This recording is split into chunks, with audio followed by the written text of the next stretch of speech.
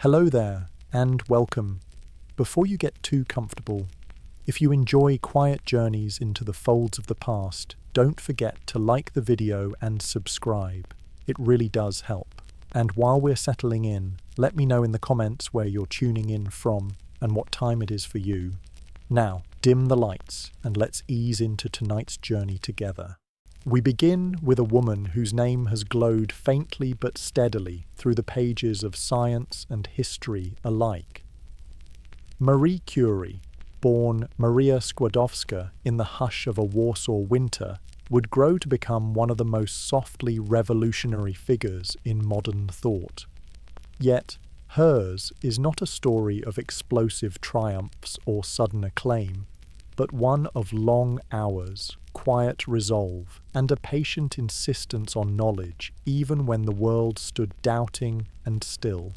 The pace of her life was not unlike the measured drip of chemicals in her tiny, half-lit laboratory, or the steady tick of time she recorded in notebooks that even today remain too radioactive to safely touch.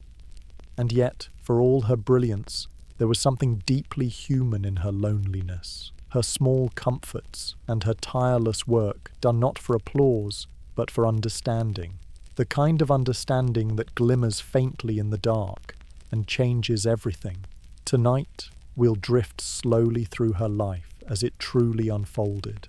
Not just the moments of discovery or fame, but the quieter hours of teaching village children, of carrying water for experiments, of handwritten letters and aching hands.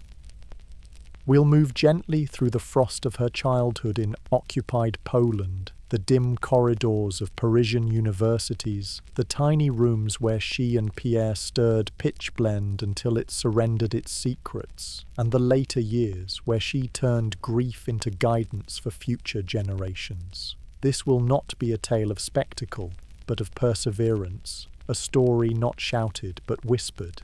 So, rest your eyes, and let your mind slip back with me to the 19th century, to a quiet room in Warsaw where the world's most unlikely pioneer first opened her eyes. The year was 1867, and Warsaw lay draped in the muted stillness of a Polish November.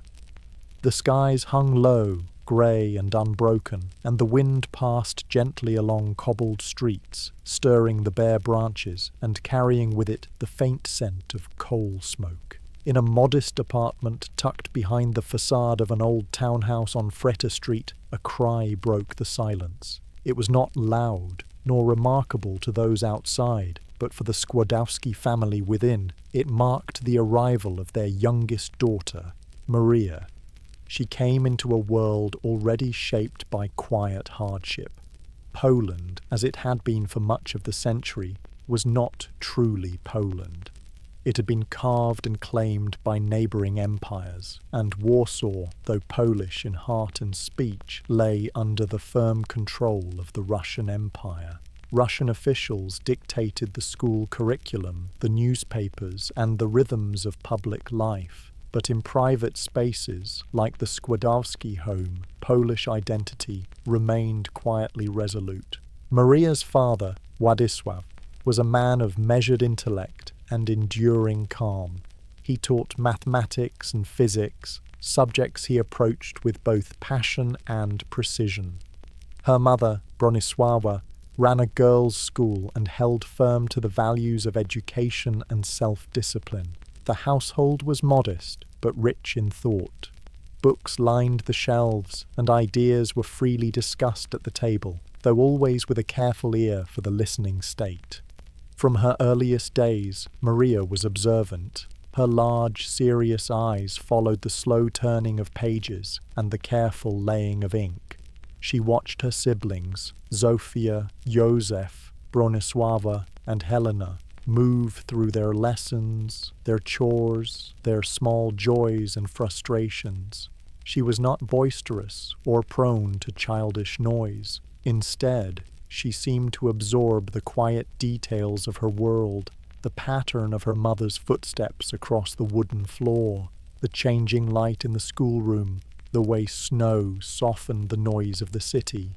Tragedy, however, came early and without warning.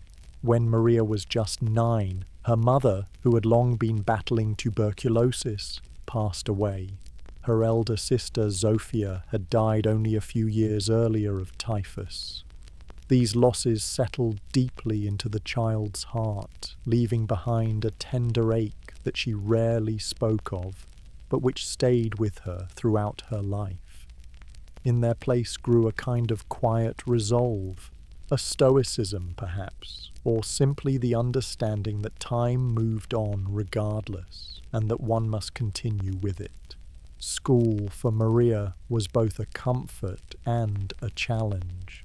Under the strict Russian regime, the curriculum was heavily censored, and Polish history was scarcely mentioned. Still, she excelled in every subject, mastering Russian out of necessity, but favouring mathematics and physics with a natural fluency. Her teachers took note, though praise was measured and opportunities limited, especially for girls. But within the confines of her formal education, Maria found ways to learn more. Her father, despite losing his job due to political suspicions, encouraged her studies and lent her the use of his books and instruments. The evenings in the Skłodowski home were often spent in shared reading or quiet work.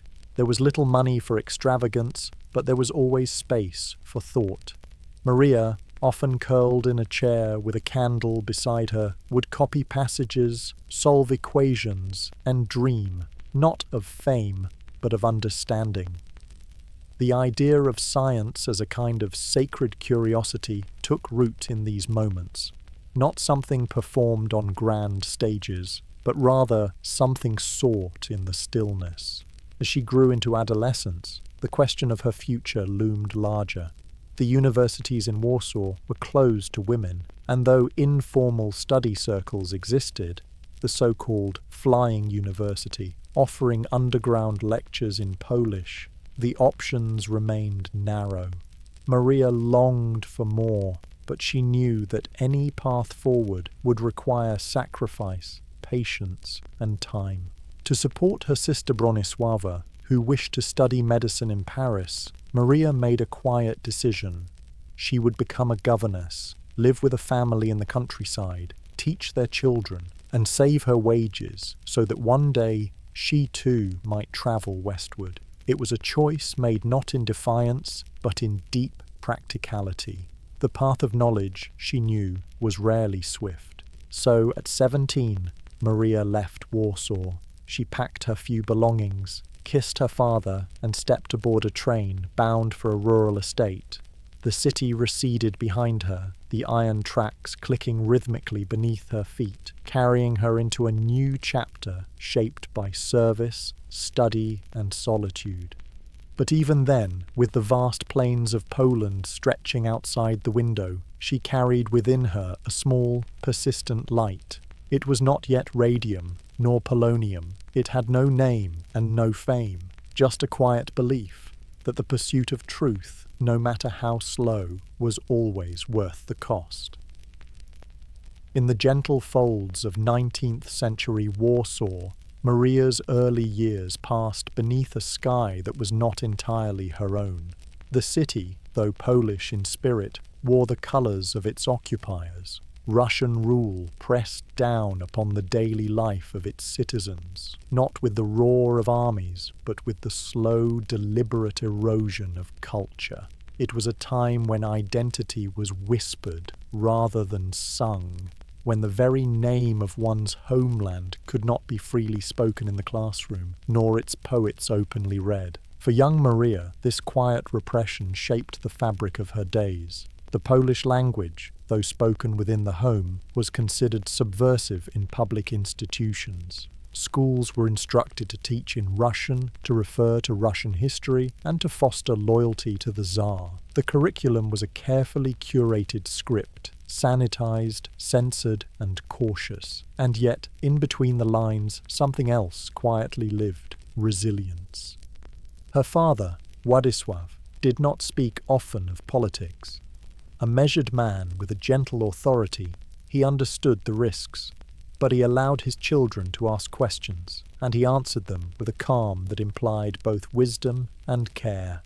Their home was filled with books, not all of them permitted, some hidden in drawers or tucked behind false covers. There were tomes on mathematics, physics, chemistry, and literature too, that bore the soul of a Poland long denied its freedom. Maria spent hours poring over these books, her small fingers tracing lines of print with focused stillness. She had an appetite for learning that was rarely sated. In those years, knowledge was not simply academic, it was defiance in the quietest sense. To understand a concept, to master it, was to preserve something of herself and her nation. Each solved equation was a private act of resistance, each remembered passage of forbidden verse a soft rebellion. Outside the family home, life moved with a certain greyness. The streets of Warsaw were orderly but subdued. Soldiers stood at intersections, their uniforms stiff with imperial pride.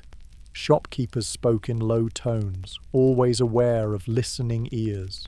Church bells still rang, but even they seemed quieter under the shadow of occupation. Maria observed these things, the small hesitations, the subtle evasions, and she learned from them not only caution, but also grace. Her mother, Bronisława, upheld a strict sense of discipline, a trait which Maria both respected and quietly resisted. There were schedules to be followed, lessons to be mastered, and duties to fulfill. Yet there was also a softness beneath her mother's firm exterior, a tired tenderness shaped by illness and burden. Bronisława had given so much of herself to the education of girls in her school, only to see the future grow uncertain under foreign rule.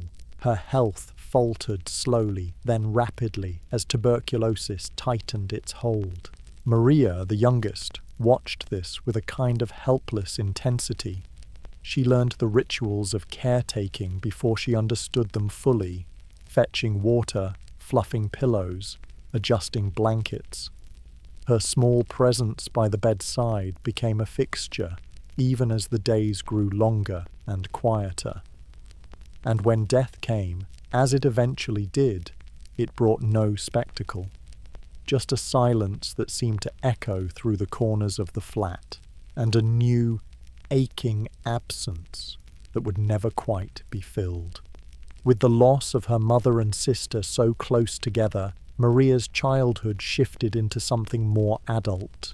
The innocence of early days gave way to a steadier, more inward kind of strength. She continued her studies with even greater fervour, as if knowledge might shore up the crumbling edges of her world. Her notebooks filled steadily with calculations and annotations. Her handwriting, precise and narrow, reflected her personality, orderly, determined, and reserved.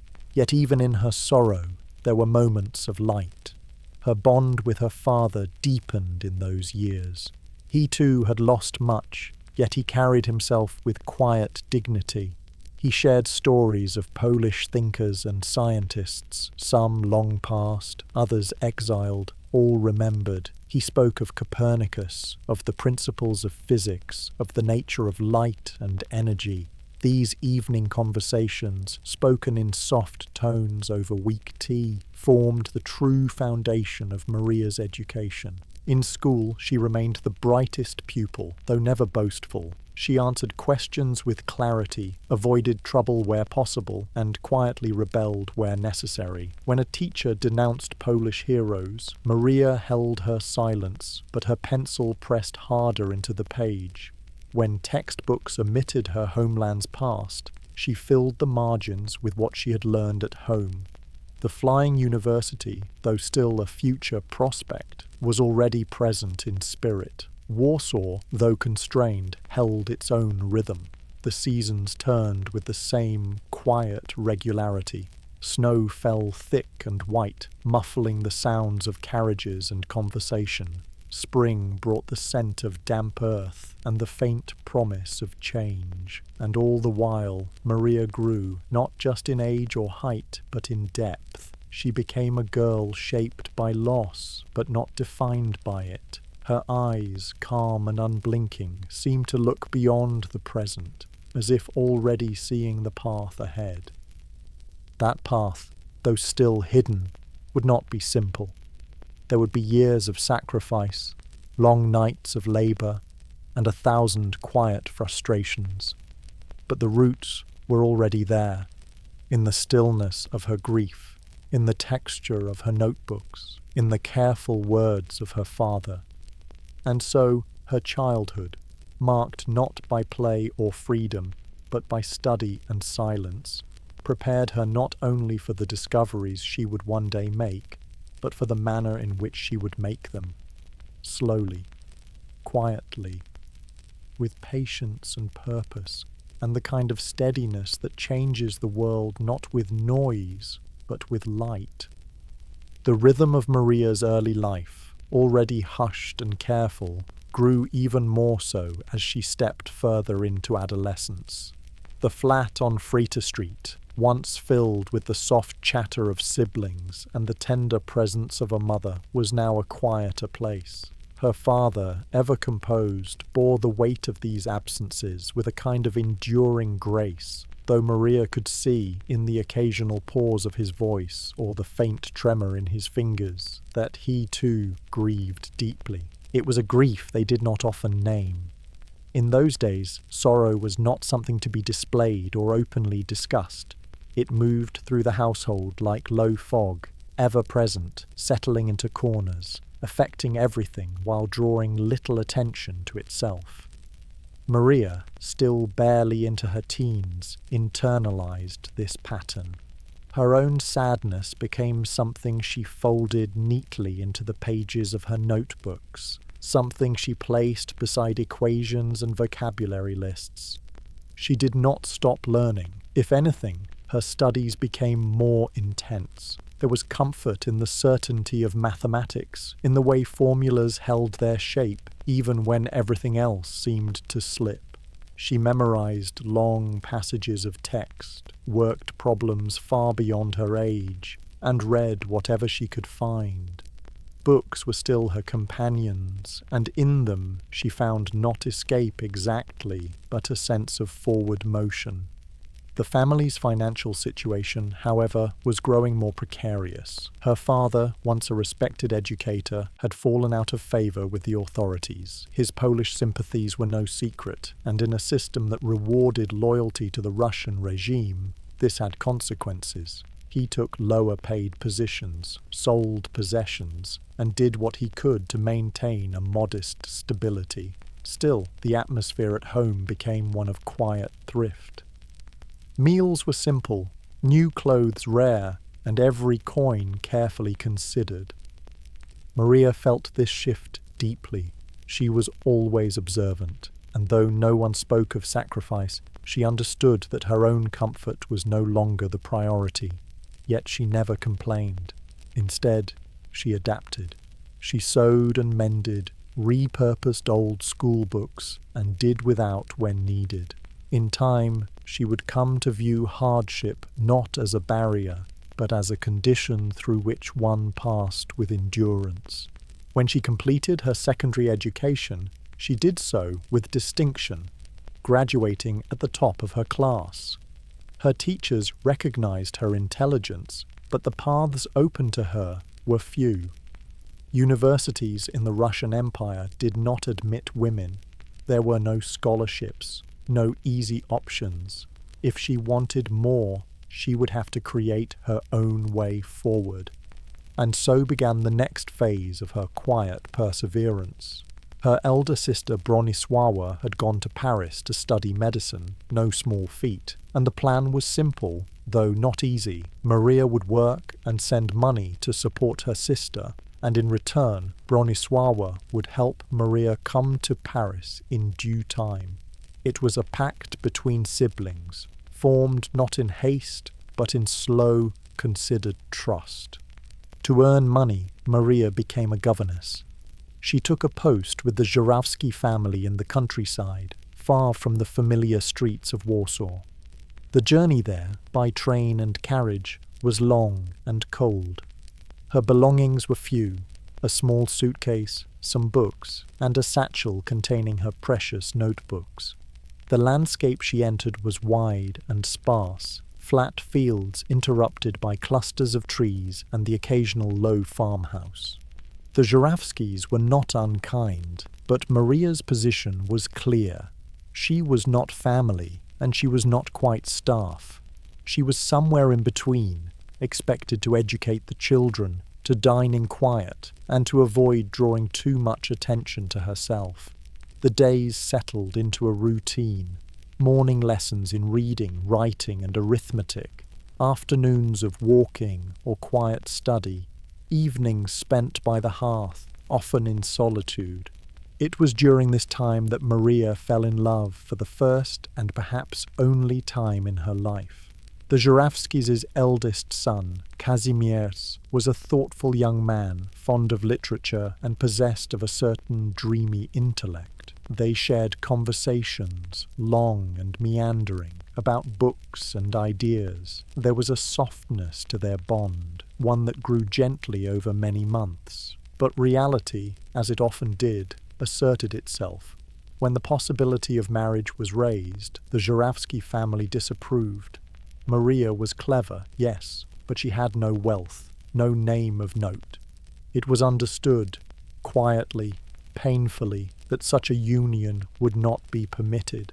Kazimierz, unable to defy his parents, withdrew, and Maria, in her quiet way, accepted it. She did not plead, did not protest.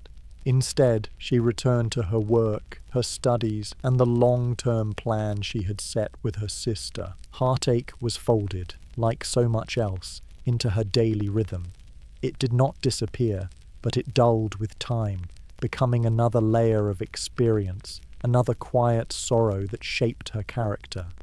Her letters from this period, few though they are, reveal a steady spirit. She did not dwell on what was lost. She simply moved forward. Evenings in the Żurawski home offered a rare gift: time. Maria used it well. She studied textbooks in physics and chemistry, copied passages by candlelight, and taught herself from materials that would have daunted a university student. She worked through French scientific texts to prepare herself for the possibility of Paris. Her mind remained sharp, even as her body grew tired from long days and long winters. After several years, when Bronisława had completed her own studies and married, Maria's turn finally came. She had saved enough. The dream of Paris, once distant and hazy, was now just beyond the horizon. She would leave Poland not in defiance, but with the solemn hope of return. The knowledge she sought abroad, she believed, would one day serve her homeland. As she boarded the train once more, this time bound westward, she carried with her no great possessions, only determination and a quiet strength forged through sorrow, solitude, and long uncelebrated labour. She was 24 years old and still entirely unknown, but within her the same still flame burned, small, steady, and enduring. Not yet brilliance, not yet discovery, only resolve. Maria's years as a governess, though often footnoted in broader accounts of her life, were in truth among the most formative. Removed from the vibrant but constrained intellectual life of Warsaw, she found herself placed gently into the slow, deliberate rhythm of the Polish countryside, a world governed not by political repression or scientific pursuit, but by the seasons, the soil, and the measured routines of rural gentry. The estate belonging to the Żurawski family was situated near the town of Sztuki, nestled among gently undulating fields and quiet groves of birch and pine. The air was clean and sharp, scented with hay in summer and with wood smoke in the colder months. Maria's room was modest, sparsely furnished with a narrow bed, a writing desk, and a small stove that crackled softly through the long evenings. Her view, depending on the season, offered either a pale mist rising off the frost-hardened grass, or a sweep of golden grain nodding gently in the breeze. Her duties were simple but unrelenting. She rose early, usually before sunrise in winter, to prepare lessons for the children. The days were structured around reading, arithmetic, handwriting, and sometimes French or music. The children were bright enough, and Maria was patient, if exacting. She expected diligence and rewarded curiosity. Though she was never truly at ease within the family's social sphere, she found her place in the rhythm of teaching, a role that, though temporary, she approached with quiet seriousness. The Żurawskis themselves treated her with a distant politeness, neither unkind nor especially warm. There were boundaries never crossed. She dined separately, walked alone, and was rarely invited into the drawing rooms where guests gathered and conversation flowed. She listened to music from behind closed doors, read books left unattended, and sometimes caught glimpses of glittering occasions she would never attend. But she held no resentment. She was not there for comfort. What she longed for most in those quiet years was knowledge. And though her surroundings were limited, her mind continued to expand. With each spare moment, Maria turned to study. Her meagre wages allowed for the occasional book or periodical, and she devoured them slowly, word by word. Texts on physics, on chemistry, on mathematics, all read and reread by the soft light of her desk lamp. She copied notes into careful script, performed mental calculations, and taught herself concepts most would only encounter at university level. It was during these years that Maria developed a particularly strong discipline, one born not of external pressure, but of inner resolve. There were no teachers to guide her, no peers to compete with, no mentors to encourage her forward. Only her own will and the enduring sense that one day this self-imposed education would carry her beyond these narrow walls. The estate's surrounding countryside offered a kind of stillness that suited her temperament. Walks became a daily ritual. With a shawl wrapped around her shoulders and a notebook tucked beneath her arm, she would stroll the perimeter of the fields, observing the slow changes of the land, the way frost collected on bare branches, or the way the sky shifted from grey to gold as the sun dipped toward evening. Nature offered her a subtle companionship, and in it she found echoes of the patterns she studied: regularity, balance, change. In these solitary hours, she would reflect on the work ahead, the sacrifices required, and the distance still to be travelled. And yet she rarely indulged in doubt. If she felt despair, it was quiet and private, soon folded away beneath tasks and lessons. Her letters to Bronisława, now in Paris, were steady in tone, sometimes humorous, always practical. She never asked for pity. She only asked for news, for scientific articles, for the occasional update on the bustling academic world she hoped one day to enter. Her time with the Żurawskis was not without complexity. Her affection for Kazimierz, the eldest son, deepened quietly over time.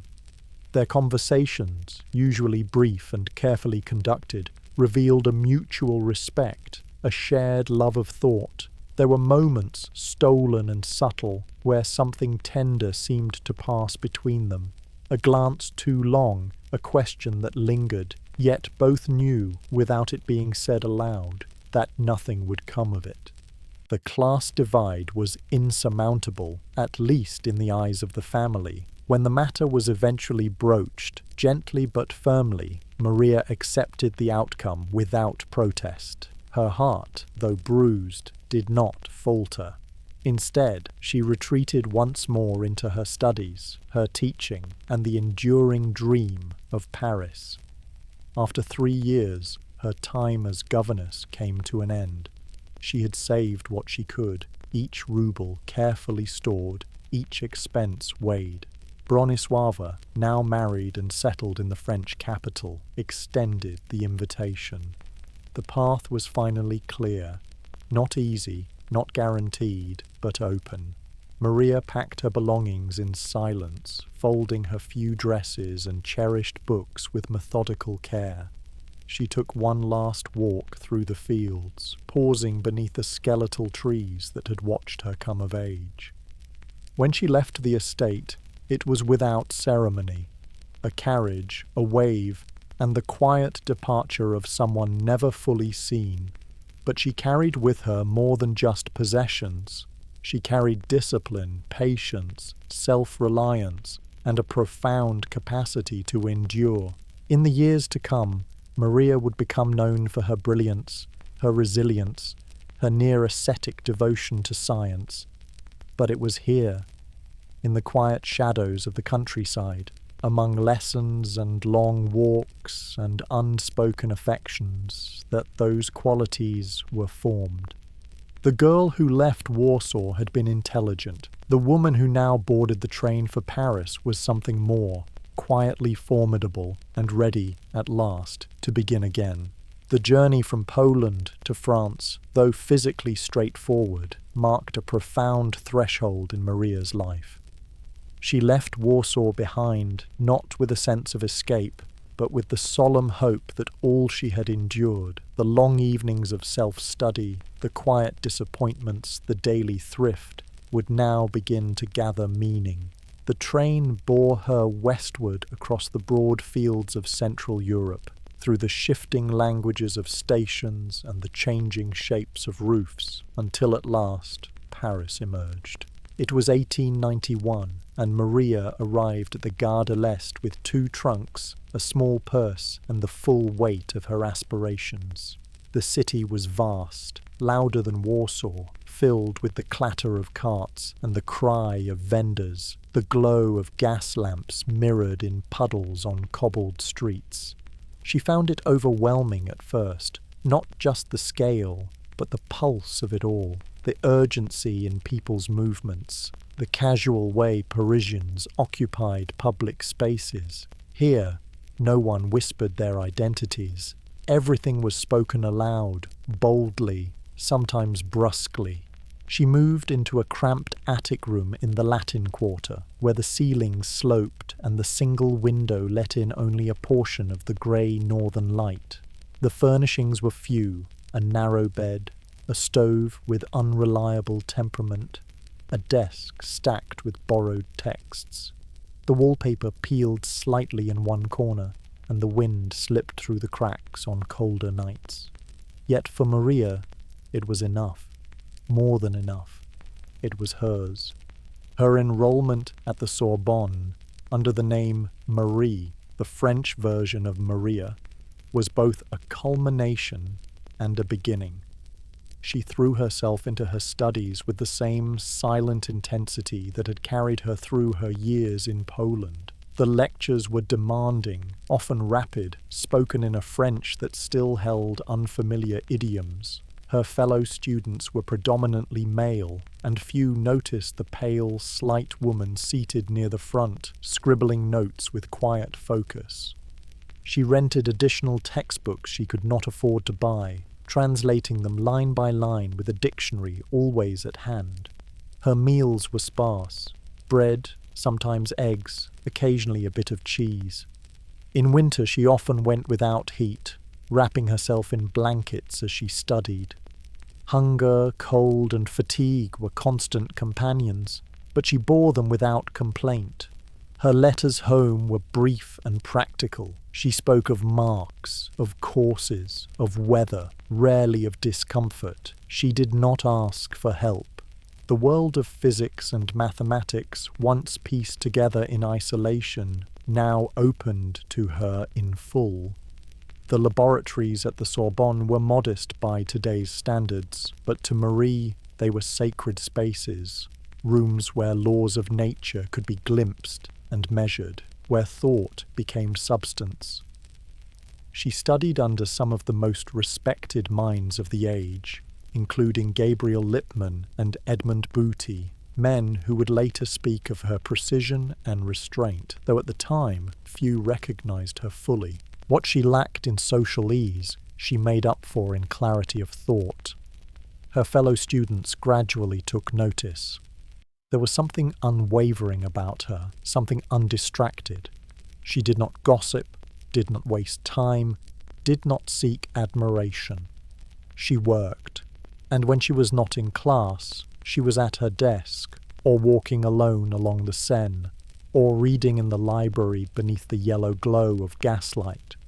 In 1893, she earned her degree in physics, finishing first in her class. It was a quiet triumph. There were no celebrations, no grand announcements. She simply moved on to mathematics, enrolling for a second degree, knowing that knowledge never truly ended. She supported herself through tutoring and occasional grants, carefully rationing her time and money. Every decision was weighed, every purchase considered. It was around this time that she was introduced to Pierre Curie. The meeting was unplanned, arranged by a colleague who knew of her need for laboratory space. Pierre was a physicist, unmarried, thoughtful, somewhat withdrawn, and 10 years her senior. Their first conversations were practical. She needed instruments. He had access. She explained her intentions with quiet precision.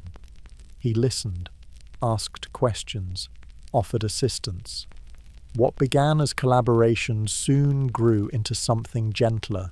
They shared a language of ideas, spoke of magnetism, of crystalline structures, of symmetry and energy. They read the same papers, debated the same questions, wondered at the same phenomena.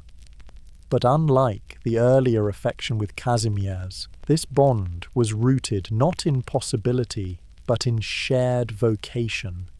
It was not dramatic. It was steady.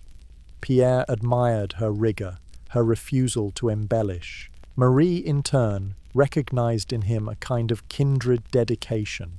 He did not condescend, did not interrupt, did not seek to impress. He listened, and she, so often self-contained, allowed herself to be heard. In 1895, they were married. The ceremony was simple. There were no elaborate gowns or formal celebrations. Instead, they spent their honeymoon cycling through the countryside of northern France, their bicycles creaking along quiet roads, their clothes dusty, their minds at ease. It was a modest joy, and for them, more than sufficient. Marie's dream, once carried quietly across the plains of Europe, had arrived at something tangible. She was not yet famous. There were no prizes, no headlines. But she had found her place, among ideas, among instruments, and beside someone who saw her fully. And in the quiet of that attic room, still furnished with the same narrow bed and old stove, she continued to work. For work always was her truest home. By the time Marie had earned her second degree, this one in mathematics, she had become something of a quiet fixture at the Sorbonne. Though her name was not widely known, those who observed her could not help but notice the persistence of her presence. Always early to lectures, always attentive, her notebooks filled with a dense, even script, her questions few but thoughtful. There was no flair to her manner, no desire to stand out. She moved through the halls and laboratories with the gentle purpose of one who knew exactly why she was there. The Sorbonne itself, in the final years of the 19th century, was a place of both tradition and transition. Its ancient stone walls bore the weight of centuries of scholarship, yet the fields of science were changing rapidly. Electricity, magnetism, radiation, concepts once confined to theory were now beginning to manifest in strange, observable phenomena. Laboratories buzzed quietly with new ideas, though always under the decorous restraint of academic formality. For Marie, these spaces offered both opportunity and challenge. As a woman, her very presence in scientific discussions was still a quiet disruption.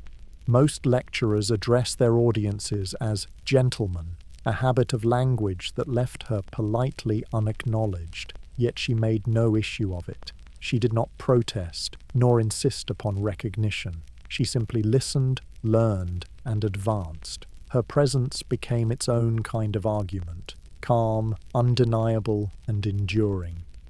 Her days were structured with almost monastic discipline.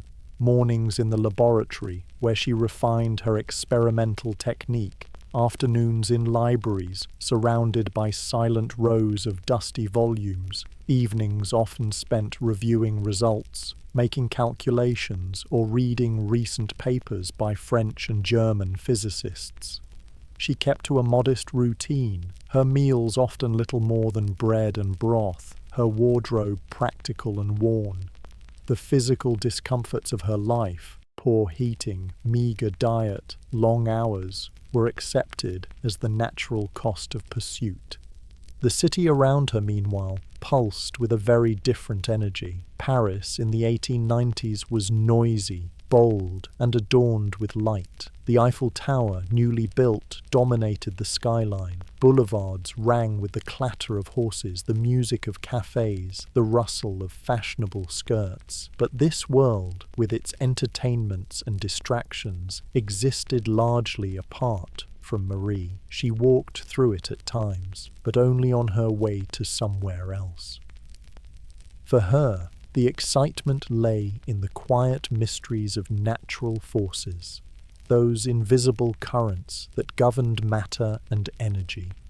Pierre, too, was of similar temperament. They shared an apartment modest in size, cluttered with books and instruments. Their conversations at home were rarely idle. They discussed experiments, results, hypotheses. They did not attend social events, nor seek to impress. Even their courtship had been largely composed of shared studies and long walks. They lived simply, and they worked. It was in these years that Marie began to contemplate a doctoral thesis. Such an undertaking was rare enough. For a woman, it was almost unprecedented. But she had already begun to read about the strange properties of uranium, first noted by Henri Becquerel. His discovery that uranium salts emitted rays capable of fogging photographic plates was curious and not easily explained. The prevailing theories could not quite account for the results. Something deeper, something more elemental, seemed to be at play. Marie's interest was immediate. She sensed, in this quiet anomaly, the presence of something significant, and so she chose it. Radioactivity, though the term had not yet fully taken shape, as the subject of her doctoral work. It was not a fashionable topic, nor one likely to draw public acclaim, but it was complex, unresolved, and demanding. It suited her entirely. She began by preparing samples, measuring the faint emissions of energy from various substances, testing, comparing, recording. She found that thorium, like uranium, also emitted these invisible rays. Then, in a mixture called pitchblende, a mineral known to contain uranium, she observed emissions far stronger than could be accounted for by uranium alone. There was, it seemed, something else hidden within the mineral, something previously unknown. Pierre, increasingly drawn into the work, set aside his studies on crystals to join her. They worked side by side in a damp, drafty shed lent by the school, a space so modest that visitors often mistook it for a storage room. There was no ventilation, no insulation. The roof leaked. The benches were warped, and the air in winter was bitterly cold. But to them, it was a laboratory. They acquired large quantities of pitchblende, reduced it by hand, and painstakingly separated its components. The process was slow, physically grueling and sometimes dangerous. They stirred boiling acids with wooden sticks, inhaled fumes they did not yet understand, and worked late into the night under poor light. There was no glamour to it, only the endless repetition of measurements, the weighing of tiny residues, the waiting for instruments to settle. And yet, the results began to emerge. They discovered polonium, named by Marie in honor of her homeland, still partitioned, still occupied, still close to her heart. Then, shortly after, they isolated radium, a substance so potent that it glowed faintly in the dark and emitted heat without flame. It was unlike anything they had ever encountered. The scientific world took notice. Not immediately, and not universally, but gradually. Their findings were published, their methods questioned, their conclusions debated. But few could deny the evidence. Something new had been uncovered, something that hinted at forces within the atom itself. Amidst this unfolding recognition, Marie remained grounded. She continued to rise early, to eat simply, to teach occasional courses at the École Normale Supérieure for young women. She did not seek fame. What mattered was the work and the quiet beauty of discovery. In the twilight hours, as Paris bustled beyond the windows, Marie would sit by her desk, notebook open, calculations unfinished. The lamp flickered slightly, casting long shadows. Her hands, often chapped and stained, moved steadily across the page. The room was quiet. The world outside could wait. When Marie first encountered Pierre Curie, it was not beneath the arch of some grand occasion or the flurry of academic ceremony. It was a meeting arranged out of mutual necessity, facilitated by a colleague who knew of her search for laboratory space and instruments suitable for her emerging research on uranium rays. At the time, she was simply a determined student with precise habits and a quiet intensity. He was a physicist, already respected in his field, known for his work on piezoelectricity and for his principled, almost austere lifestyle.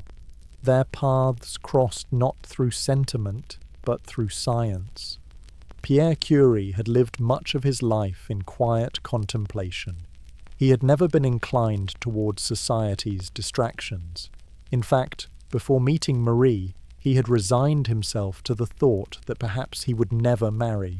The world, with its banquets and theatres, held little appeal for him. He was happiest in the laboratory, among crystals, measurements and questions that could not be answered by mere appearances. Marie arrived at his laboratory in the spring of 1894, accompanied by the colleague who made the introduction. Pierre, then in his mid-30s, was struck not by any outward flourish, but by her calm authority. She spoke clearly, with purpose, outlining her interests in the properties of uranium and the peculiar energy it emitted. Her French was fluent, but marked with a Polish cadence that softened her words. She was precise, courteous, and wholly focused on the matter at hand. Their first conversations were practical: how to access certain equipment, how best to measure faint energies, what substances could be used for comparison. Pierre offered his assistance without hesitation. He saw not only a fellow researcher, but someone whose commitment matched and perhaps even exceeded his own. As the weeks passed, they continued to exchange ideas. Their letters, though formal, grew gradually warmer. He lent her books. She shared her data. They discussed Becquerel's experiments, the nature of invisible rays, and the possible existence of unknown elements. There was no courtship in the usual sense, no dances, no poetry, no declarations. Instead, they came to know one another across the quiet pages of scientific inquiry. Pierre began to visit her more frequently. They walked together after long hours in the laboratory, sometimes along the banks of the Seine, other times through the quieter streets near the Sorbonne. Their conversation rarely strayed far from physics or mathematics, but in these walks a kind of tenderness began to form. There was comfort in the silences they shared, in the mutual understanding that did not require performance. Marie, though initially hesitant, grew to trust him. She had long guarded her inner life, accustomed to self-reliance and the cautious reserve of someone who had lost much. But Pierre's gentleness, his seriousness, and his unwavering respect softened that guard. He never patronized, never assumed. He saw her not as an anomaly, but as an equal. In late 1894, Pierre wrote to her while she was away visiting family in Poland. His letter, though restrained, revealed a quiet longing. He spoke of their shared work, of the unfinished conversations, of the possibility, still fragile, of a life together. It was not a proposal wrapped in sentiment, but a sincere expression of companionship. Marie, ever pragmatic, considered it carefully.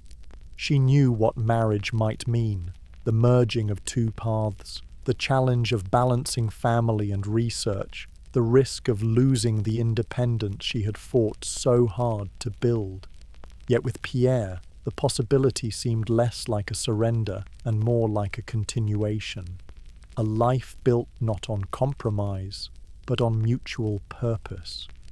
When she returned to Paris, their bond deepened. They began to work more closely, and with a new kind of fluency, two minds attuned not only to science, but now also to each other. Their decision to marry, made in the spring of 1895, was quiet and without fanfare. They didn't exchange rings. Instead of fine clothes or elaborate vows, they simply chose to begin life together as they had met, through work, respect, and shared purpose. Their wedding was modest, a civil ceremony attended by a few friends and family. Afterwards, they took a cycling holiday through the French countryside, dressed in simple clothes, carrying only what they needed. They stopped in small towns, picnicked beside rivers, and slept in inns of no distinction. It was not romance in the traditional sense, but a kind of joy suited perfectly to who they were. Back in Paris, they set up their household with equal simplicity. Their apartment was filled with books, papers, and instruments. Conversations at dinner often turned to scientific theory. Evenings were spent at separate desks, each absorbed in their work, occasionally exchanging a quiet observation or question. Their partnership was not only emotional, but intellectual, each spurring the other on, each finding in the other a steady encouragement. Pierre believed deeply in Marie's potential. He encouraged her to pursue a doctorate, something rare for any scientist, let alone a woman. He offered not just support, but collaboration. When her interest in pitch blender grew, he made it his own. They worked side by side, analyzing, experimenting, and refining methods that would one day lead them to the discovery of new elements. Their love, such as it was unadorned, disciplined, and deeply rooted in their shared commitment to understanding the natural world. There were no grand gestures, no diary entries filled with sentiment, only a quiet, daily reaffirmation of purpose, expressed through the care they took in their research, the time they gave one another, and the steadfast refusal to let the world's expectations shape their own. In meeting Pierre, Marie did not lose herself.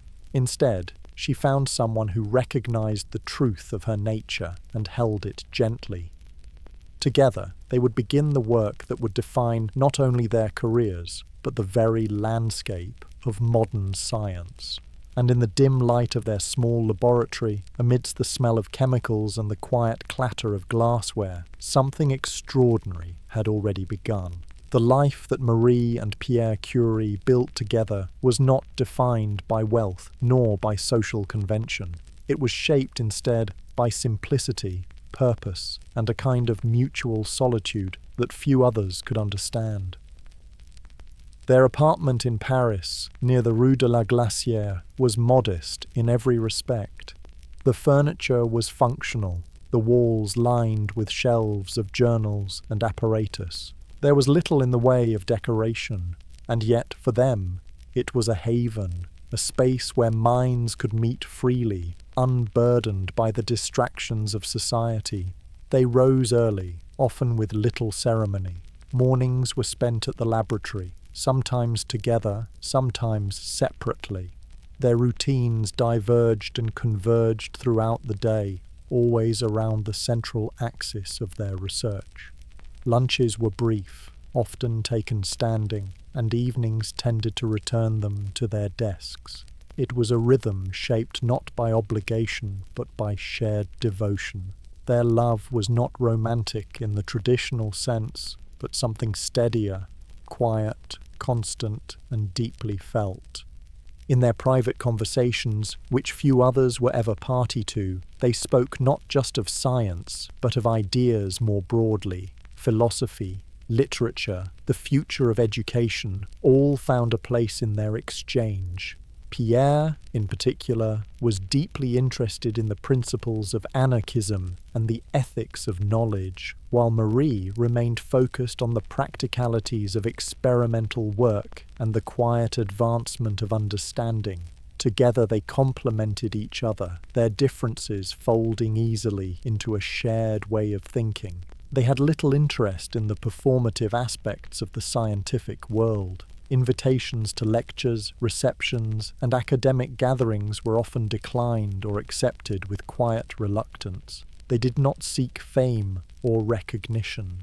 If honours came, they acknowledged them with polite gratitude, but rarely allowed them to alter their course.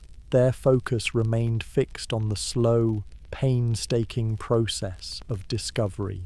In 1897, Marie gave birth to their first daughter, Irene. The arrival of a child introduced new rhythms to their life. Sleep became more elusive, and the demands of parenting, though embraced with care, brought a different kind of fatigue. Yet even here, the balance between family and work was maintained with quiet discipline.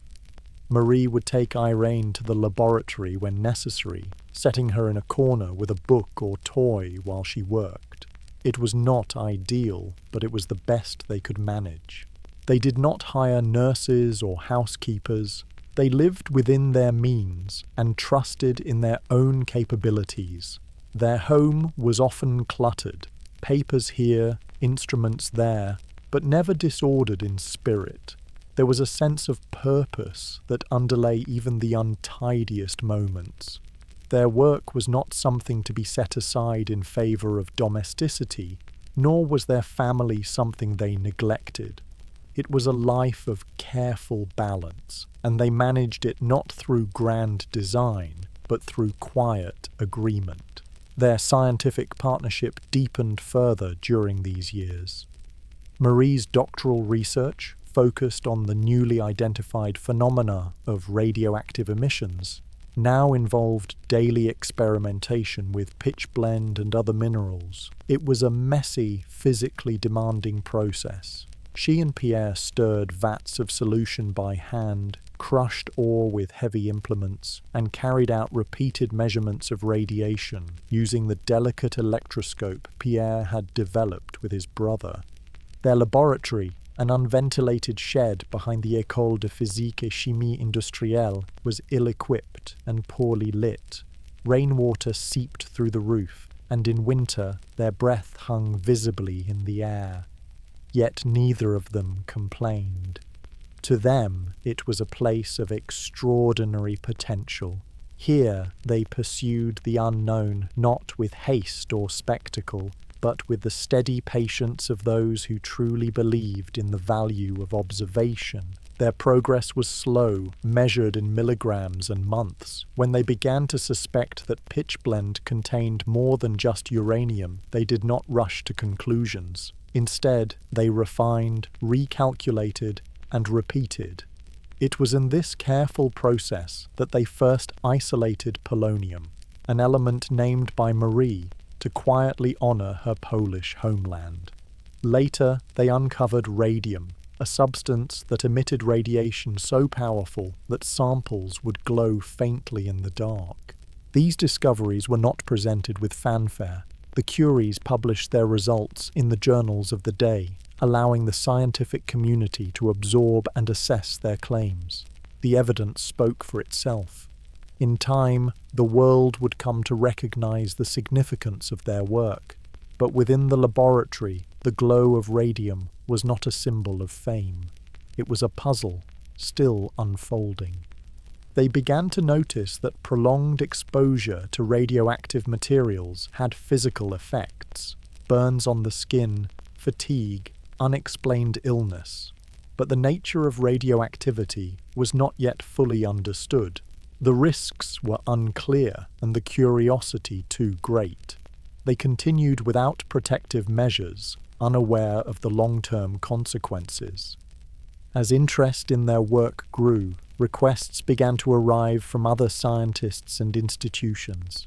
Samples were sent, papers were presented, invitations came in from across Europe. Pierre, though reluctant, delivered lectures where necessary.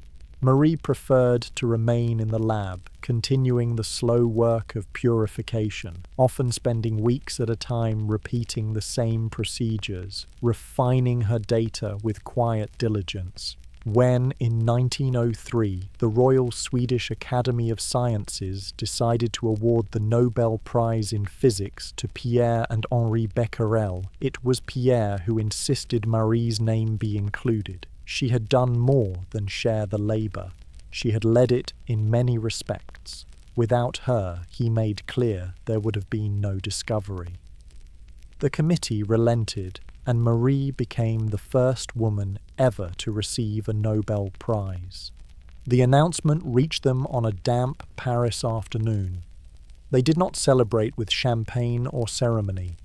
Instead, they returned to the laboratory, as they always did, and resumed their work. There was still so much to understand, and in that shared silence, between the hiss of Bunsen burners and the scratch of pencils on paper, their marriage continued, not as a union of roles or social forms, but as a quiet, enduring collaboration between two minds that had found, in each other, something rare and lasting. It was in the waning months of 1897, as autumn rain softened the stone paths of Paris and the chill of winter crept into the bones of the city, that Marie Curie turned her focused attention toward an obscure mineral, pitch blender. This dark, heavy ore, mined chiefly in Bohemia, was known primarily for its uranium content. But there was something else within it, something invisible yet measurable, something that disturbed the neat patterns of known science. The mineral emitted more radiation than the uranium it contained should allow, and for Marie, this excess was not an anomaly to be dismissed, but a quiet question to be answered. Her approach was systematic, even austere. With Pierre's assistance, she began the long, methodical process of separating the mineral into its constituent parts. They used chemical precipitation, fractionation, and distillation, repeating the same steps again and again, isolating elements one by one. It was slow, repetitive work, performed in a drafty shed that functioned as their makeshift laboratory. The building, originally used as a storeroom, had been cleared out just enough to accommodate their glassware, balances, and the primitive equipment on which they relied. Each morning they returned to the same tasks. Buckets of pitchblende were crushed, dissolved in acid, filtered and dried. The air hung heavy with chemical odours. Their hands, often stained and raw from exposure, moved with quiet confidence. They worked not for show, not for prizes or public acclaim, but simply because the results led them forward. In July of 1898, their efforts bore fruit. They announced the discovery of a new element, polonium, named by Marie in honour of her native Poland. At that time, Poland existed only as a concept. Its lands had long been partitioned by Russia, Prussia, and Austria. By naming the element thus, she offered a silent gesture to her homeland. There was no flag, no anthem, no declaration, just a name, placed carefully into the periodic table, affirming a presence where none was officially recognized. Polonium's properties were unusual. It emitted radiation far in excess of what could be explained by known laws. It was faint, difficult to isolate in quantity, and unstable. Yet its discovery provided evidence that radioactivity, as a phenomenon, was not unique to uranium. It was a clue, a thread that would lead further into the unknown structure of matter. The Curies documented their process in careful detail. There was no drama to their publication, only the firm, understated language of scientific method. They listed their observations, their equipment, their calculations. Their style was modest, their tone neutral, but beneath the prose lay the quiet significance of what they had done. They had not only discovered a new element, they had demonstrated that nature held still more secrets within her invisible folds. In the weeks that followed, they resumed their analysis. The question remained: if polonium could not account for all the radiation observed, then something else must be present in the residue, something even more active, even more mysterious. And so they continued. More pitchblende was ordered, more acid prepared. The laboratory grew increasingly crowded with jars and beakers, each labelled with Marie's meticulous script. The floors were dusty, the tables stained, the air a mixture of sharp vapours and quiet resolve. They worked in parallel, often in silence, the only sounds those of dripping liquid, the clink of glass, the scratch of notes. Outside the laboratory, Paris bustled with its usual energy. Horse-drawn carriages rattled along the boulevards. Newsboys shouted the day's headlines. But within the shed, time passed differently. The hours elongated, marked not by the clock, but by the steady progress of purification. Each fraction, each test, brought them closer to something they could not yet see, but whose presence they felt in the readings of the electroscope, in the soft glow of photographic plates fogged by invisible emissions. Polonium itself resisted easy isolation. It was, by its nature, elusive. Only minute quantities could be extracted, and its radioactivity, though strong, diminished rapidly. But its discovery gave them a new language for understanding radiation. It proved that radioactivity was an atomic property, not a molecular one, that it arose from the structure of the atom itself, from some hidden dynamic within. Marie was careful in her conclusions. She did not speculate wildly. She measured, she compared, she questioned. The discipline instilled in her during those long years of self-study served her now. She trusted her data even when it challenged existing models. She respected the slowness of true discovery, the patience required to let nature speak in her own time. Their daughter, Irene, now a toddler, sometimes played quietly in the corner of the laboratory while they worked. A small cot was kept nearby, and Marie would pause occasionally to attend to her, rocking her gently, adjusting her blanket. Science and family were not separated by strict boundaries. They coexisted, folded into the same hours. When Marie looked into the crucibles and the precipitates, she did not see glamour, she saw process. Her fingers, calloused and steady, moved through the motions with the grace of familiarity. She did not rush. There was no need. Discovery, she believed, came not to those who reached quickly, but to those who stayed. The publication of their paper on polonium passed with little fanfare outside scientific circles. The general public, still largely unfamiliar with the implications of radioactivity, paid little attention. But among their peers, The work was noted. Letters arrived from Germany, from England, from distant colleagues intrigued by the potential. Marie remained focused. She did not attend to the growing whispers of recognition. Her eyes were fixed on the residue, the portion of pitchblende that, even after the uranium and polonium had been removed, still glowed with inexplicable power. Something was still there. As the final days of the 19th century dwindled into the uncertain light of a new age, Marie and Pierre Curie continued their quiet investigations in the same cramped, unheated laboratory behind the School of Physics and Chemistry. The discovery of polonium had affirmed that pitchblende contained substances far more radioactive than uranium, but it had not answered the full question. There was, as their instruments continued to insist, another element still hidden within the mineral's dense chemistry, one even more potent, more persistently radiant. Marie approached this new puzzle with her characteristic patience. The methods remained largely the same: careful separation, repeated filtration, and the incremental narrowing of material components. Each stage of purification brought her a step closer, but radium, unlike polonium, left a distinct trail. Its radioactivity was several million times greater than that of uranium, and this extreme intensity made it both easier to detect and more demanding to handle. Pitchblende was obtained in bulk from the Joachimsthal mines in Bohemia.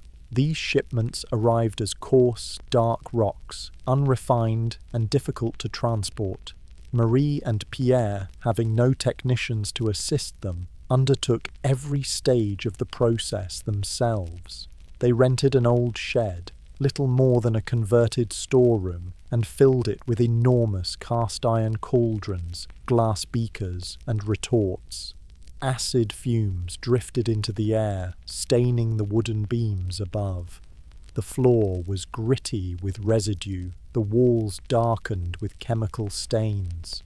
Working conditions were rudimentary. The roof leaked when it rained. In winter, the air inside was cold enough that their breath rose in pale clouds as they stirred boiling solutions. There were no gloves, no masks, no protections against the mysterious energy that now glimmered faintly from the corners of their workspace. They did not yet understand the risks, and even if they had, they lacked the resources to address them. It took them nearly 4 years to isolate a single decigram of pure radium chloride. The process involved tons of pitchblende, reduced with painstaking care through hundreds of chemical operations. Marie's notebooks from this period are filled with detailed observations, weights, volumes, reactions, all rendered in a precise, restrained hand. She made no exclamations, no poetic flourishes, just facts, laid down one after the other until the pattern revealed itself. When at last they succeeded in identifying radium as a new element in 1898, they knew at once that it was something extraordinary. Not only did it emit an immense quantity of energy, but it did so spontaneously, without any apparent loss of mass. This contradicted classical physics. It suggested that atoms, long thought to be indivisible, were in fact dynamic structures, capable of transformation. The implications were vast. Still, the Curies did not rush to publish. They continued to verify, to replicate, to test. Only when they were confident beyond doubt did they announce their findings. As with polonium, their tone was modest, their presentation rigorous. They proposed a name for the new element, radium, from the Latin word radius, meaning ray. It was a quiet reference to the invisible energy it released, an energy that now fogged photographic plates, darkened the air with a pale fluorescence, and etched invisible paths into the skin. Their announcement was met with a mix of admiration and incredulity. Some doubted the findings, others hailed them as revolutionary. Within the scientific community, interest in radioactivity surged. laboratories across Europe began to replicate the Curie's methods, eager to explore the new frontier. Marie, however, remained focused on the work itself. She had no desire to patent radium, though she might have profited greatly. Knowledge, she believed, belonged to all. Despite the rising attention, their circumstances changed little. The laboratory remained primitive. Their income was modest. Irene, now a small child, spent her days between their home and the makeshift lab, her presence always acknowledged but never allowed to interrupt. Marie balanced motherhood and science with quiet determination, never sentimentalizing either role. The physical toll of the work began to show. Both Marie and Pierre suffered from fatigue, joint pain, and occasional bouts of unexplained weakness. Their hands bore small burns, their fingers often wrapped in cloth. But they pressed on. The glow of radium, while beautiful, was not for decoration. It was a question still unfolding. At night, Marie would often sit beside a small vial containing a radium salt. In the darkness, it emitted a soft bluish-green light, cold, steady, ethereal. She found it calming. It did not flash or flicker. It simply glowed, as though holding in its heart the quiet mystery of the universe. They had no means of properly containing or measuring the radiation beyond electroscopes and photographic plates. The idea of radioactive decay had not yet taken full shape, nor had the health implications of exposure. Their only guide was the data they recorded, the sensations they felt, and the marks left on their instruments and their bodies. In 1902, after years of further refinement, they succeeded in measuring the atomic weight of radium, confirming its place on the periodic table. It was heavier than lead. It occupied a new place in chemistry. It opened a new chapter in physics. Throughout all of this, Marie maintained her modest public profile. She declined offers to commercialize her work, resisted efforts to pull her into politics or society, and continued to teach when she could. She believed that education, particularly for girls, was a means of quiet transformation. She gave lectures at women's colleges, mentored younger students, and held firmly to the idea that science could be a shared path, not a solitary privilege. The world, however, was beginning to take greater notice. Articles appeared in the press, often mischaracterizing her as an assistant or merely Pierre's wife. She did not correct them publicly. Instead, she worked. Each day, each note, each repetition of the same experiment was a reaffirmation of her purpose. Radium, the element that now bore the burden of wonder and danger, had entered the world not with spectacle, but with quiet persistence. It had passed through the hands of a woman who stirred solutions with worn fingers, who labored without glory, who sought not fame, but understanding.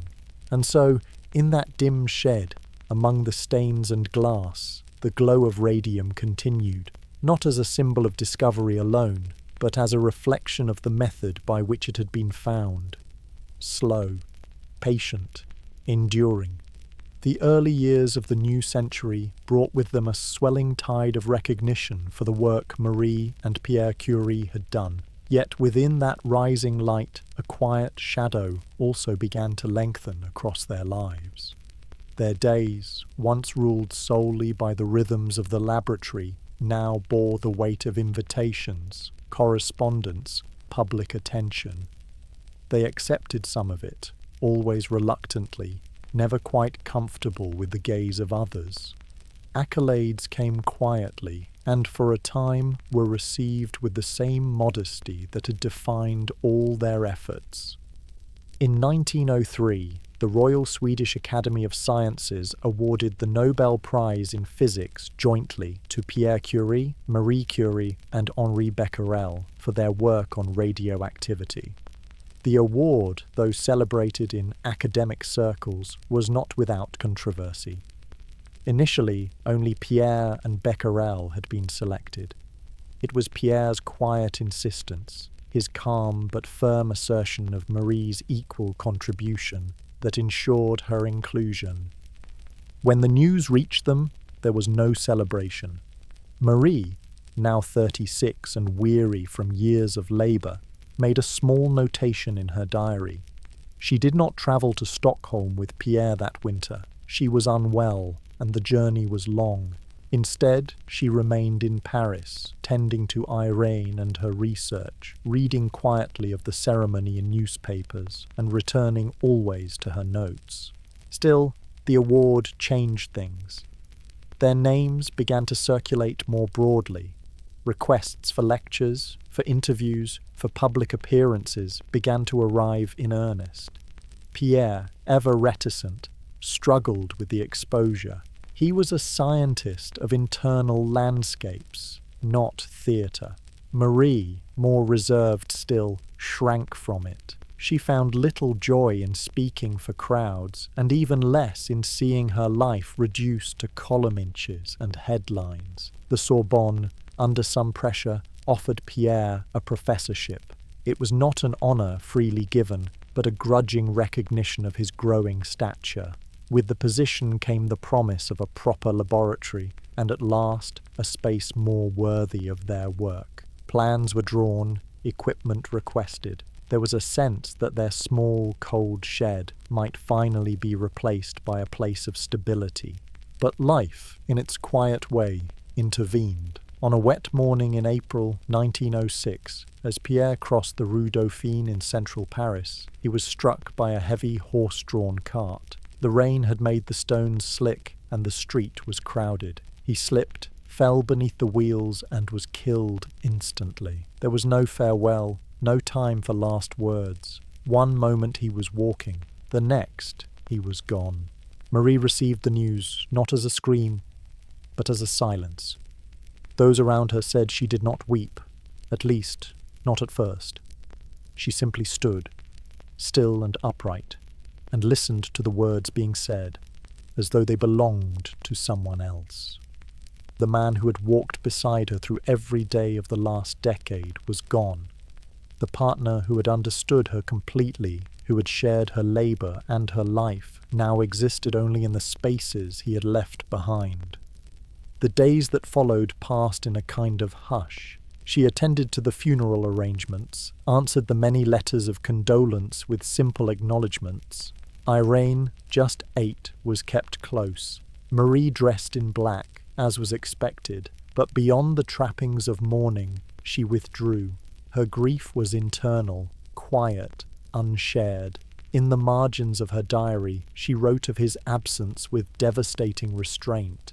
"You are no longer there," she noted again and again, as though the fact itself required rehearsal to become real.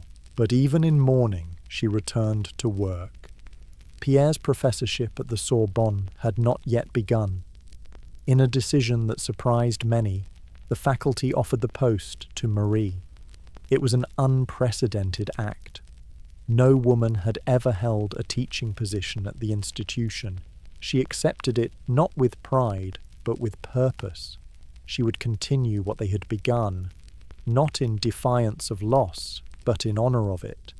Her first lecture, delivered in November 1906, was attended by a crowd far larger than usual. Journalists filled the back rows, students craned their necks. Some expected a gesture, a speech, a eulogy of sorts. But Marie gave none. She entered the hall, took her place at the lectern, and began, not with words of grief, but with the precise continuation of the last lecture Pierre had given. The sentence unfinished by his death was now picked up by her voice. Her teaching style was spare, methodical. She did not entertain, did not speculate, but she was clear and she was exact. Her students, especially the women among them, watched her with quiet awe. She did not speak of feminism or advocacy, yet her presence itself was a quiet revolution. Outside the lecture hall, honours continued to accumulate. In 1910, she succeeded in isolating pure metallic radium, a milestone that crowned years of effort. The following year, the Academy of Sciences considered her for membership. It would have been another first, but the vote failed. Behind closed doors, some members muttered of tradition, of propriety, of her foreignness, of her gender. She made no public comment. That same year, news of a personal nature spread through the papers. Letters between Marie and physicist Paul Langevin, a former student of Pierre's, had been stolen and published by the press. The tone of the articles was cruel. She was painted not as a scientist, but as a scandal. Her private life, long guarded, was now the subject of ridicule. It was perhaps the first time Marie allowed herself to show anger. Not loudly, not dramatically, but with a refusal to retreat.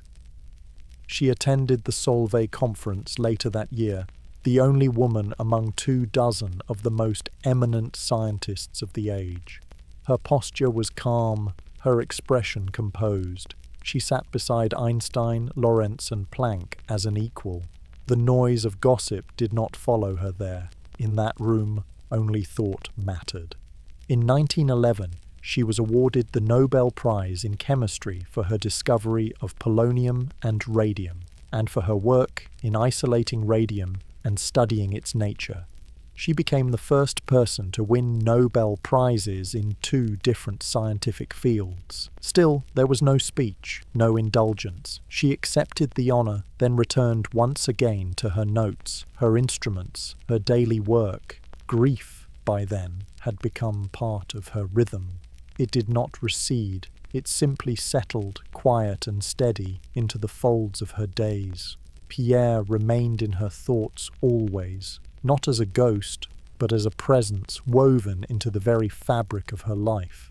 And so she moved forward, not with grandeur, but with the same steady step that had carried her from Warsaw to Paris, from silence to recognition, from solitude to something like legacy. With 2 Nobel Prizes now behind her, and the weight of grief slowly absorbed into the quiet endurance of her daily life, Marie Curie turned once more to the future, not hers particularly, but the future of science. She did not speak of legacy, but her actions began to shape one nonetheless.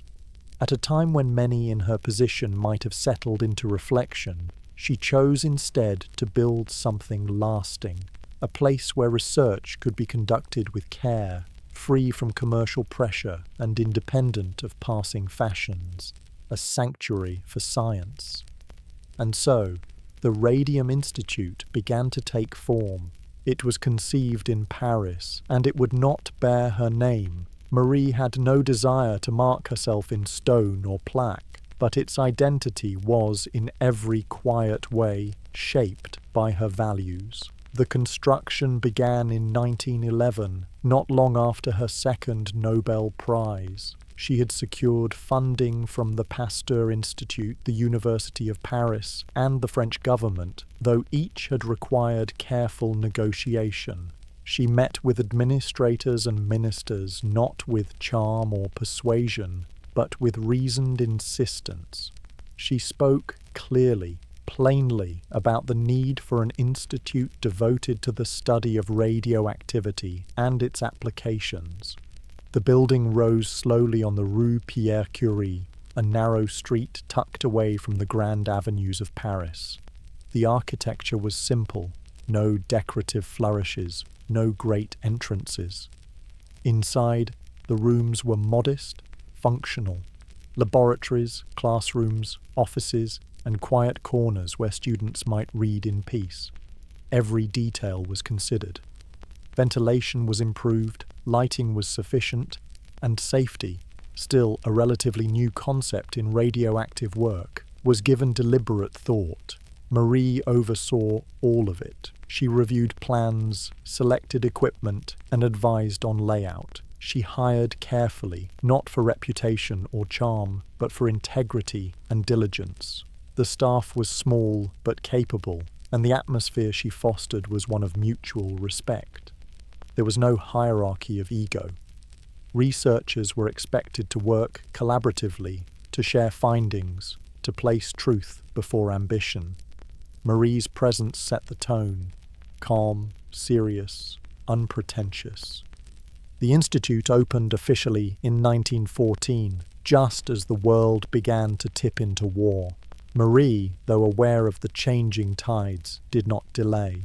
She moved into a small office, set out her familiar notebooks, and returned to the rhythms she knew best. Observation, repetition, reflection. The institute soon became a place not only of research but of instruction. Young scientists, many of them women, found here a rare opportunity to learn not just theory but method under the guidance of someone who demanded much yet always gave more. Among these students was her daughter, Irene. Now a young woman, Irene had inherited her parents' seriousness and a deep affection for science. Marie did not push her toward the laboratory, nor did she shield her from its demands. Instead, she taught her as she taught others, patiently, precisely. Their relationship remained tender, but rarely sentimental.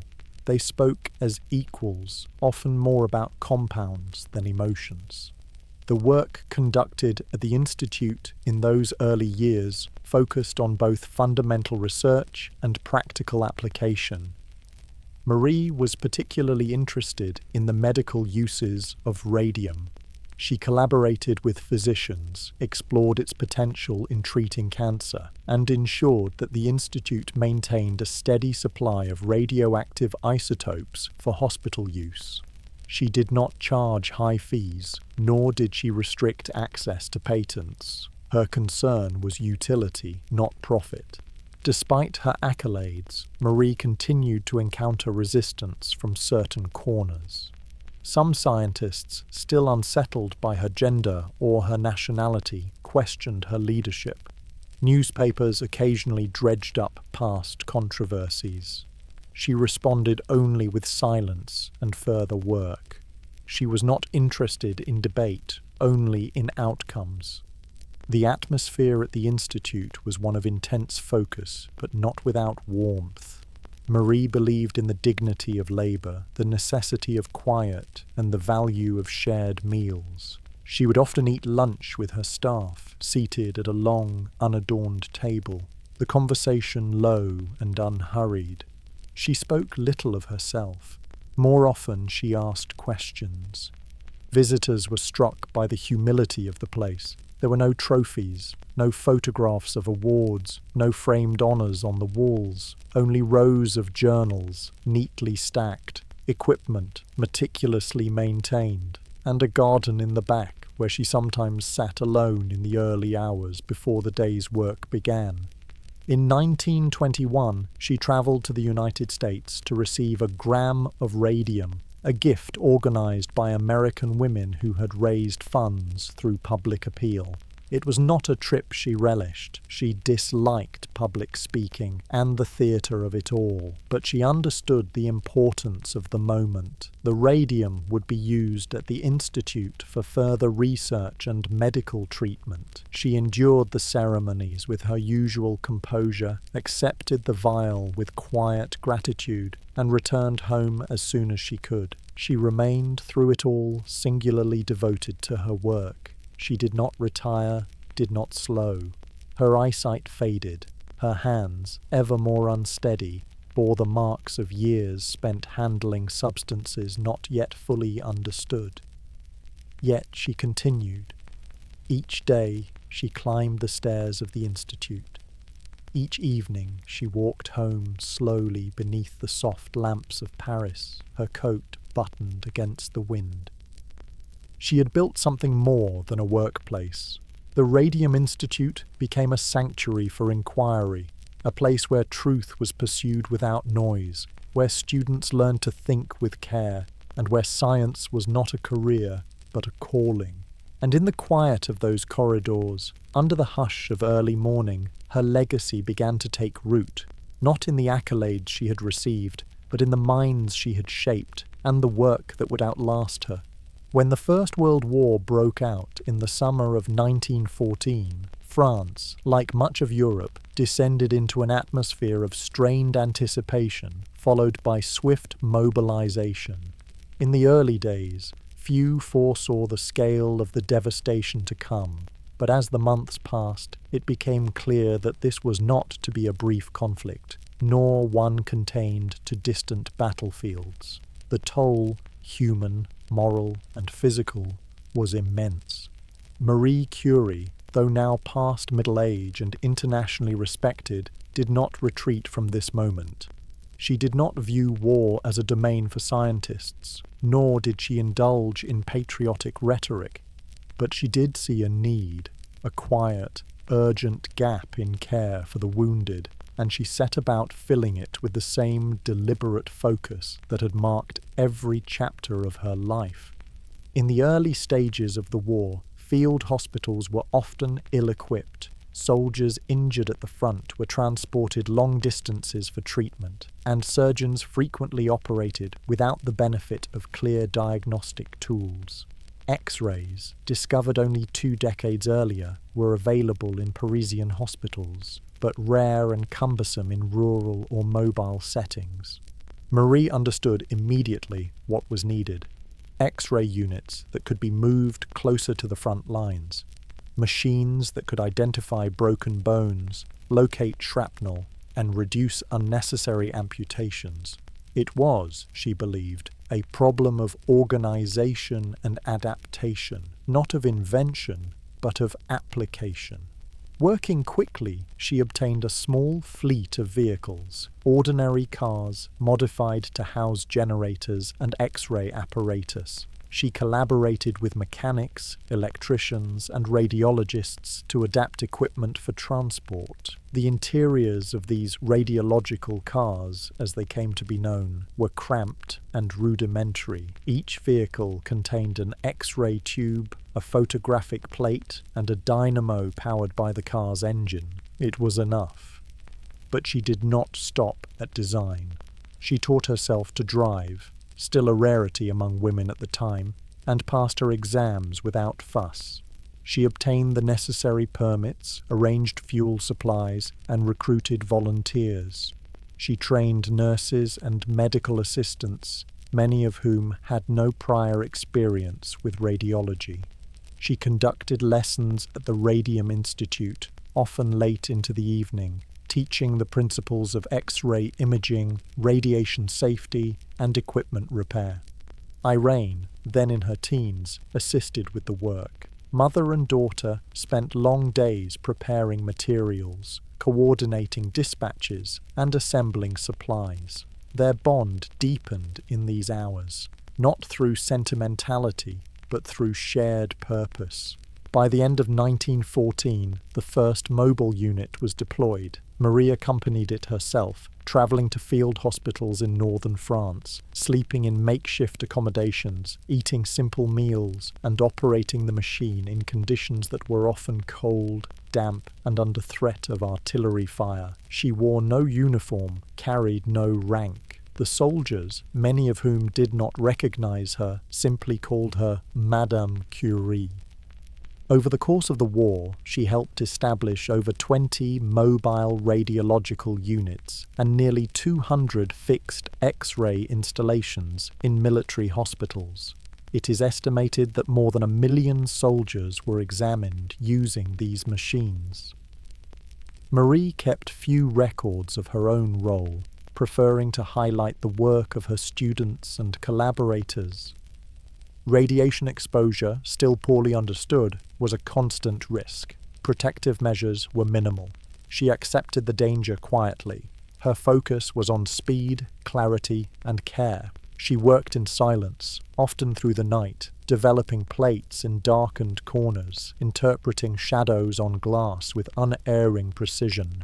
She also helped establish a program to collect and refine radon for therapeutic use. Hospitals began using radium to sterilize wounds and treat infections. Marie ensured that the necessary isotopes were distributed, that medical staff received instruction, and that the science remained grounded in evidence, not speculation. Throughout the war, she refused special privileges. She declined medals, turned down honorary positions, and refused to seek reimbursement for her expenses. She traveled in old clothes, carrying her tools in worn satchels, always prepared to set up a machine at a moment's notice. Her sense of duty was not loud, but it was absolute. At times, she was met with resistance. Some military officials doubted her authority, questioned her methods, or dismissed her suggestions. She answered with results.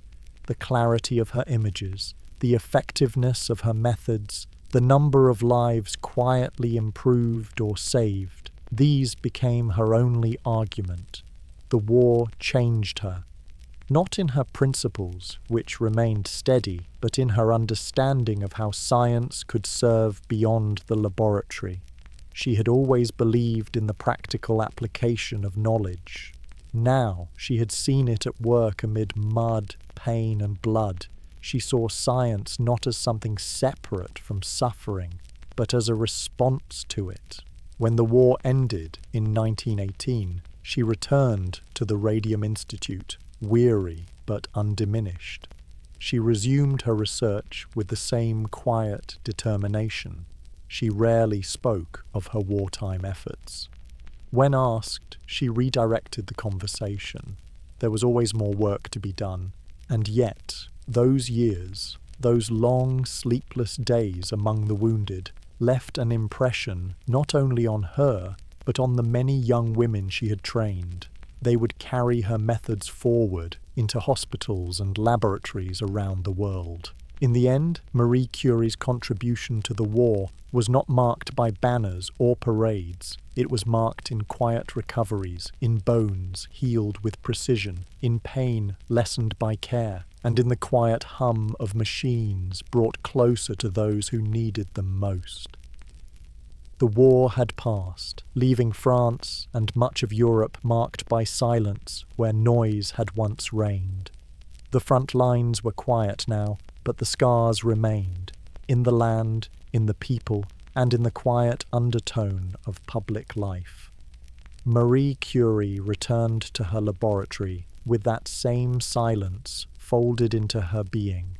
She did not speak often of what she had witnessed. Instead, she resumed her work, stepping once more into the slow rhythm of research and teaching, as though no interruption had occurred. The Radium Institute remained her center. It had grown during the war, not in grandeur, but in purpose. More researchers now occupied its corridors, and young scientists came from across the globe to study radioactivity in the place where it had first been uncovered. Marie continued to oversee its daily life with the same understated discipline that had defined her from the beginning. She walked its halls, reviewed its budgets, corrected student theses, and monitored equipment with a meticulous eye. She aged quietly. Her hair turned grey, her eyesight weakened. Her hands, once so precise in their movements, began to tremble. There were days when she tired easily, and her hearing grew fainter with time. But her presence remained constant, a still point around which the rest of the Institute gently revolved. She had never sought to be an icon, but for many she had become one. She travelled now and then, though always reluctantly. She delivered lectures in Brussels, met researchers in Prague, and was welcomed by institutions in London and Rome. In 1929, she travelled once more to the United States, this time to accept a second donation of radium for medical research. She wore her best black coat and her most reserved expression. Her speeches were brief, her words measured. She did not indulge in applause, but she thanked her hosts with quiet dignity. The years brought further loss.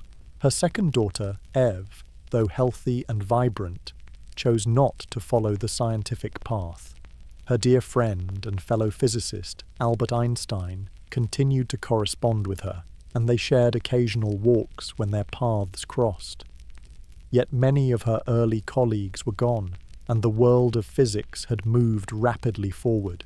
into quantum theory, into particles and paradoxes she found intriguing but increasingly distant. Her health, always fragile, began to decline in earnest in the early 1930s. The long years of radiation exposure, unprotected and unmeasured, had taken their toll. Her bones ached. Her blood showed signs of weakness. Doctors spoke in hushed tones of anemia and degeneration. She did not protest. She simply worked more slowly. In the final year of her life, she began to take longer rests in the Alps, staying in a sanatorium among pine forests and crisp air. The mountains soothed her, as did the hush of snow and the routine of simple days. She wrote few letters during this time. She kept no diary. She read scientific journals, took short walks, and returned to her bed with calm acceptance. On the 4th of July, 1934, she died quietly in San Selamos, from what would later be diagnosed as aplastic anemia, almost certainly the result of prolonged exposure to radiation. There was no grand announcement, only a quiet obituary, and then a slow gathering of remembrance. She was buried beside Pierre in a modest grave shaded by trees in Sceaux. The stone bore both their names, unembellished, aligned in quiet parity. For many years the site remained largely unvisited, tended occasionally by those who had known her or who had known her work. It was not until 1995, more than 60 years after her death, that her remains were transferred to the Pantheon in Paris, a place reserved for the great figures of the French Republic. She became the first woman to be laid to rest there on her own merits. The event was formal and the tributes sincere, but the gesture itself, placing her among the nation's most honoured, came long after the woman who had deserved it had ceased to ask for anything. Today, many of her notebooks remain sealed in lead-lined boxes, still too radioactive to handle without protection. Their pages, densely filled with the loops and lines of her careful hand, continue to glow faintly in the dark. It is a peculiar legacy, to have written in ink that now hums with invisible energy, still dangerous, still alive.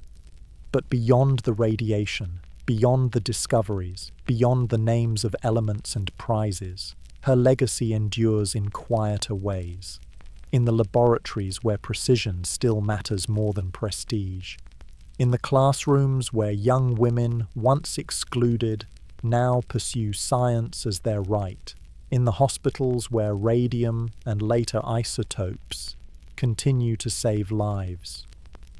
She did not speak often of the future, but she worked each day as though it mattered, slowly, carefully, without ever raising her voice. She did not need to, and in that soft persistence, in the glow not of radium, but of quiet conviction, Marie Curie remains.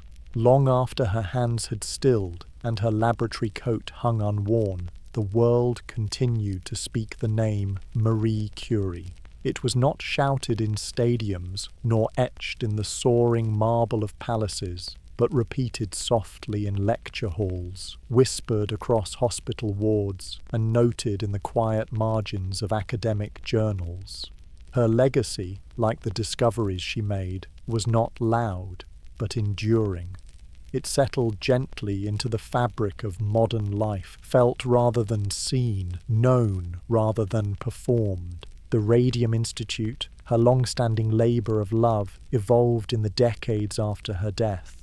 It expanded, changed names, merged with other research centres, but its heart remained steady. It had been built on her principles: humility, precision, and purpose. Young scientists, many of them women, some inspired directly by her path, continued the work she had begun. They studied isotopes, explored new therapies, advanced nuclear medicine, and traced radiation to places and uses Marie herself might never have imagined. The Institute stood not as a monument, but as a continuation. Her elder daughter, Irène, stepped gently into her mother's shoes, not to fill them, but to walk alongside her memory. Together with her husband, Frédéric Joliot, Irene made discoveries in artificial radioactivity, work that would later earn them a Nobel Prize of their own. It was not inheritance, but continuation. Irene carried Marie's methods, her quiet discipline, her resistance to noise. She too believed that science was not the property of fame, but the servant of truth. The younger daughter, Eve, pursued a different path entirely. A writer, a musician, a traveller, she became her mother's first biographer, painting a portrait of a woman the world had often misunderstood. Her book, Marie Curie, was tender yet restrained, much like the woman it described. Through it, readers glimpsed not the icon, but the individual, the mother who mended clothes by lamplight, who refused self-pity, who read poetry in the margins of fatigue. Marie's name would come to grey schools, hospitals, research institutes, and even streets, but she had never longed for such honours. In life, she declined fame as often as she was offered it. She gave interviews reluctantly, if at all. She did not attend banquets, avoided social functions, and preferred the company of colleagues in white coats to that of dignitaries in polished shoes. She wore the same black dress to Nobel ceremonies, not out of statement, but because it was sufficient. Yet the echoes of her work grew louder over time. The field of nuclear physics advanced rapidly. The structure of the atom, once only dimly understood, became central to modern science. The peaceful uses of radioactivity, especially in medicine, flourished. Treatments for cancer, diagnostic imaging, sterilization procedures, all carried a thread back to the quiet hours in the cold shed behind the School of Physics and Chemistry, where Marie and Pierre had stirred their cauldrons and taken their careful notes. But there were also darker applications. The same atomic principles that revealed the secrets of the nucleus would later be used to develop weapons of unimaginable power. Though Marie died before the discovery of fission and the devastation of Hiroshima, some have wondered how she might have responded. There is little doubt she would have grieved, not because science had advanced, but because it had been turned from healing to harm. She had always believed that knowledge, once uncovered, could not be hidden away. But she also believed in responsibility. Her notebooks, her papers, her lectures, they were open to all, but always underscored by the principle that science was not for conquest, but for understanding. Her remains, as we have seen, now rest in the Pantheon. The vault is quiet, dimly lit, the air cool with stone. Her name is carved there, not alone, but beside Pierre's. Together, still, the marble bears little ornamentation. The recognition, long delayed, is austere, fitting. Visitors stand in silence, some having travelled great distances. They do not cheer. They pause. They reflect. And perhaps that is her truest legacy. Not the glowing vials of radium, not the gold medals and laurels, but the way she worked, the way she persisted, the way she held a line through hardship, through scandal, through the thick indifference of the world. She showed what could be done when ambition was paired with quiet resolve, when intellect served not ego, but discovery. In the hush of late libraries, in the corners of laboratories where students peer through microscopes and learn to record without embellishment, in those places she remains. Not a figure to be idolized, but a presence to be remembered. A woman who moved gently through the world and changed it almost by accident. And so, as we close this long, quiet journey, we might pause a moment longer. Let the silence stretch. Let the night deepen. Let the soft light of thought linger a little while. For in that space between knowledge and humility, Marie Curie is still at work.